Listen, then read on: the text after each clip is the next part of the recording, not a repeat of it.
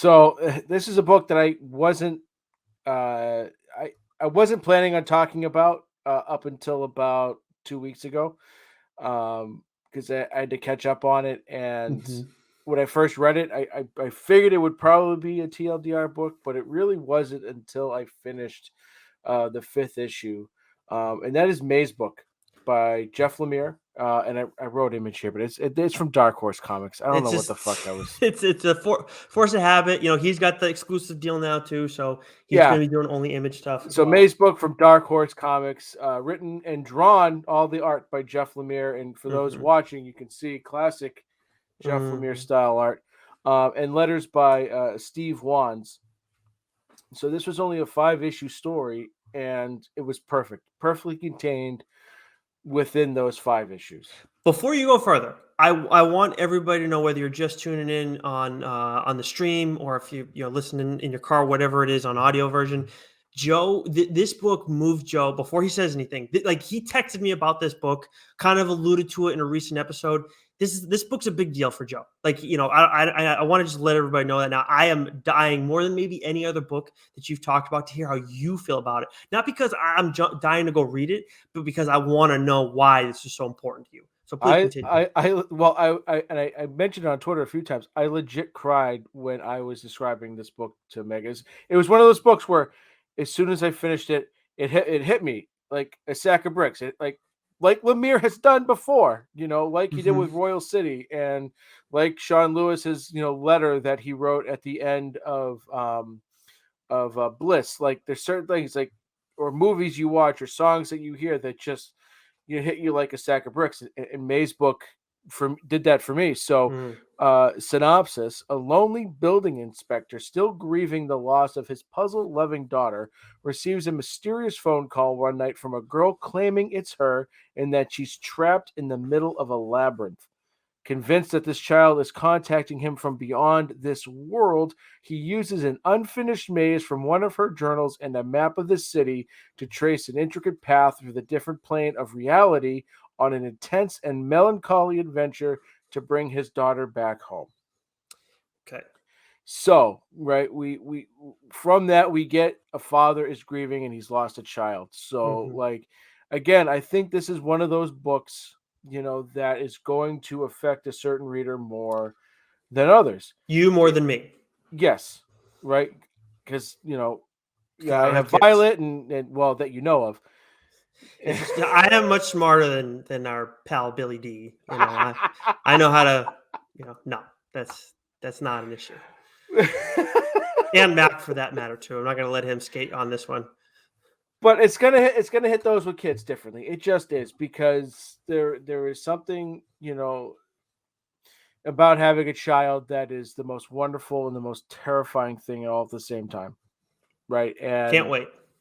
because you love them unconditionally and you're fucking afraid of everything. You're afraid that something's going to happen to them because the thought is crushing, it's gutting. Mm.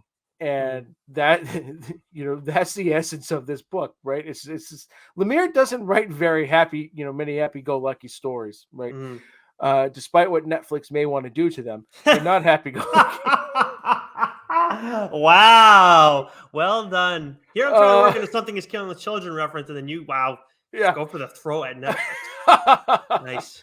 So like, but Lemire's done this to me before, and I fell for it, and but it was just so.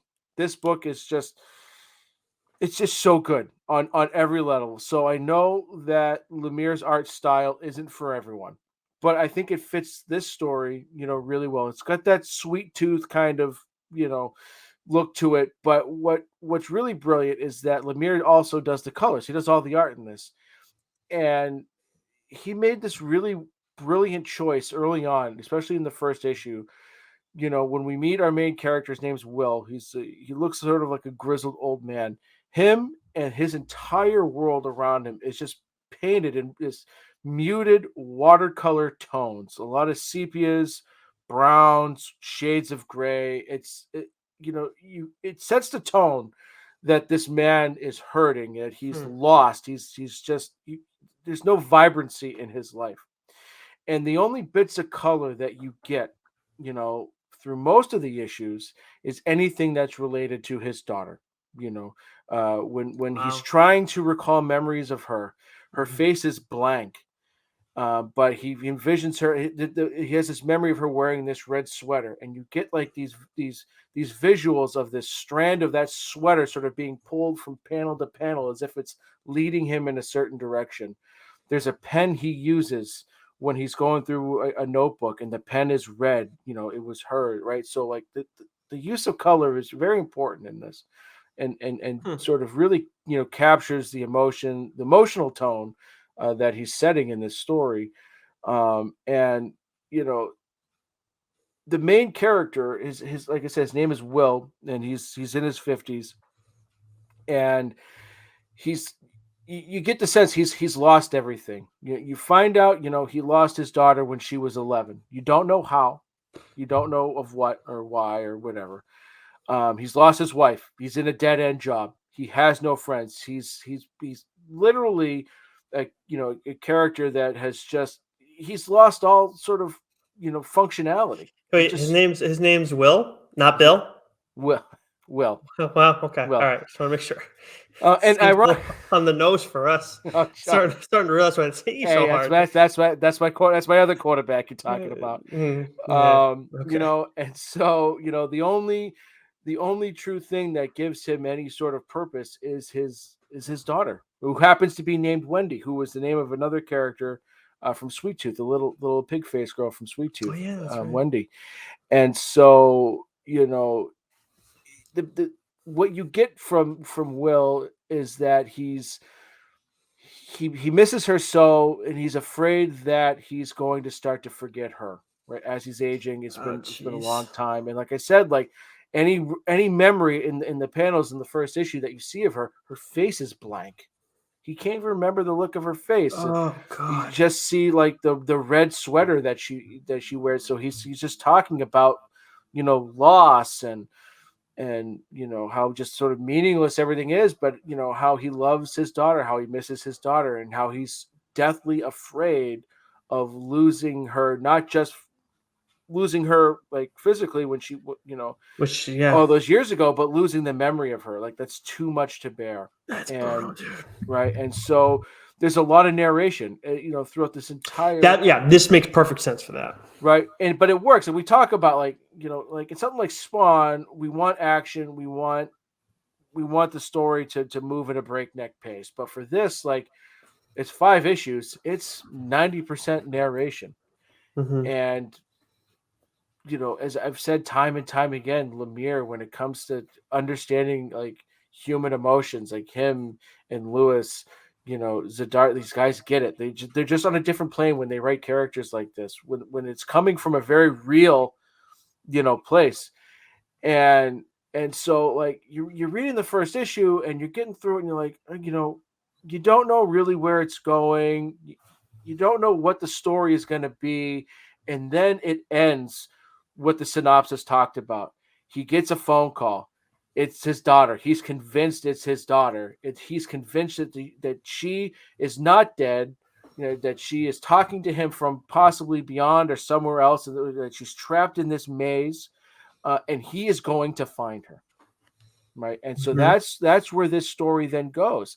A delusional old man obsessed, with finding his daughter because he's afraid of just losing her completely, like having her wiped from his memory bank. And it Hmm. was that moment at the end of that issue that that's like that supernatural kind of, because it feels all too real when you're reading it, and then you get like this like supernatural twist, like, okay, where is this going to go? That boom, claws are in, that's the hook. You're the fish, you bit it, he's pulled you, he's reeling you in now, and you're fully on board. The other thing too, just a little aside that you bring up, like that the way she gets reintroduced into the story, the character, like it's a phone call, it's her voice, like that is by all. Every time I hear people talk about like forgetting somebody, it's the phone call. I mean, the voice that you forget first with anybody. Yeah, So it makes perfect sense why he could, like, of course, he wants it to be her, and yeah. now and he probably forgot what her voice sounds like. Can't blame him after such a long period of time. So that's like, is a really, I think it's a really good choice on like Lemire's part, just in terms of storytelling aspect and like I guess like realisticness in a sense. Yeah, it was like it was just perfect. So now, Hmm. you're wondering, is she really dead? Like I said, is there something more, supernatural at play? Like, is this gonna, be a quest, of him finding his daughter and bringing her back, or is this a fool's errand? Like, you really don't know where it's gonna go. And Hmm. so, what transpires throughout, the rest of this story, for the next four issues, it's a man on a journey, and he's on a journey of salvation that he doesn't realize he's on. Hmm. Right? He thinks he is, on a he's doing all this because he's going to get the only thing that matters to him back. He doesn't realize what it is that actually matters to him, though. Right? That's the existential brilliance that Lemire brings, with this story. And so, the way this book ends, the message, the discovery, uh, you know, I don't want to spoil anything because there was a panel at the end, at the end of this book that or a series of panels, I should say, that I read it and it hit me, and trying to describe it to Megan is what um, made me lose it, and then trying not to lose it now. Hmm. But like I said earlier, it's excuse me, frog in my throat. Hmm. It's that fear of being a parent that this little person that you love, unconditionally every day, and you don't even want to see fall down and scrape their knee, and the thought of something, far worse happening to him, it's gutting. And what transpires at the end of this story, and where Will starts and where he finishes, and then everything that happened in between, it's like, man, like, it really hits you. Hmm. It really hits you, and I want to say what that was, but I want people to read this book, so Mhm. I don't want to spoil it. But for those of you that are listening to this and thinking, "Huh, that sounds like an interesting story." I love Lemire. I haven't read his stuff yet, or even I haven't read Lemire, but I want to give it a shot. You read this, you will know exactly what I'm talking about. It happens in the last few pages of issue 5, and the setup to it, and the dialogue that transpires, and then how it ends. It was extremely impactful, Hmm. and just, makes me think about, Violet, and like, how would I deal with Mm. something like that, like losing her, Mhm. uh impact me. Like, there's one line in there. It's like, why did she only get to spend 11 years on this life, and I have to, and I get 50, right? It's that guilt, right, that you can't control. Like, shit happens, it's out of your control, and it sucks, and it's devastating, and so it's the impact that has on a person, the emotional journey that this character goes through, and the way Lemire writes it, and how he does it perfectly in 5 issues. uh, it's extraordinary storytelling. And I love the whole maze concept. Like, that is something that he shared with his daughter, and that is something that I share with my daughter. We were doing mazes Oh. today, for fuck's sake, Oh, geez. and puzzles. It's these little things that you do, that you share, and then when it's ripped from you, like, what do you do? And Mm. so, like, I know it sounds depressing as hell, but it is a brilliant fucking book. Yeah, I mean, and that release that you get from it too. I mean, like it's just I want to read it now, but I kind of want to wait till like I have kids of my own, which is like that's years away. So I probably won't wait that long. But it sounds like that maybe, like you said, I'll read it now and then read it again, however many years down the line, and maybe have a different perspective as I read it. But I will say. that, for those of you who have read the book already, or if you go and read the series after, listen to Joe talk about it, whenever the collected edition comes out, if you go pick up all the single copies, let us know at TLDR. Is it TLDR underscore pod? No, it's TLDR pod, right? Is our Twitter handle? Underscore pod. Either it's underscore it down here, does it? Oh, yes, it does. Right? Yeah, it does. But let us know if it's the panel, like what if you think you have the right panel that got Joe. If you want to if you're worried about spoiling for people, you can just DM us. We have the DMs open. But yeah, I'm curious if people, whether Instagram, Twitter, I'm curious if people can get that panel right, Joe. And I'll be reading this for sure. It was a bit of dialogue, and it was 3 panels. And I fucking lost it. I'm trying really hard. I've never held anything back. I've never seen like this on the show. So hard, it just, again, like, you have kids, you read this, and it's just, I don't know how Lemire does it. I think I tweeted it out. Every time he writes a book, he finds a way to emotionally kick my ass. This one more than any, though. And this one more than anyone, because this one is the most relatable for me out of all of them. The next one probably would be Royal City, and then, Sweet Tooth was an emotional roller coaster onto its own. But that was of the sort of the Cormac McCarthy, the Road vein, even Black Hammer, right? Like, there's a very human element to a superhero story there.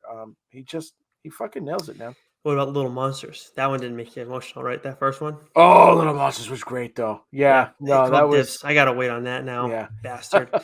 Yeah, there you go. That'll put a smile on your face every friggin' time. Okay, so Mazebook, Jeff Lemire. I can't wait to read this thing. So Joe, and seriously, I really appreciate you being so vulnerable on here. Like, I know you are with me off the air, but like, when we're doing this stuff, it's not easy to do. So yeah, this is a book. It hit me. I was like, I said, as soon as we have a mainline issue, which might be 3 months from now. So over under, right? Do we come out with our next mainline issue, or does the last fucking Ronin issue finally fucking come out first? Oh, that's a good call. Right. I think I think it's going to be our next mainline issue. I think that's what's going to end up. It's going to end up being. But TBD, because who knows if we have to adjust on things with solicits and whatnot. Because we're going on 2 years, I think, close to 2 years. It's ridiculous. You called it. You said 2023, and it's starting to really feel like that.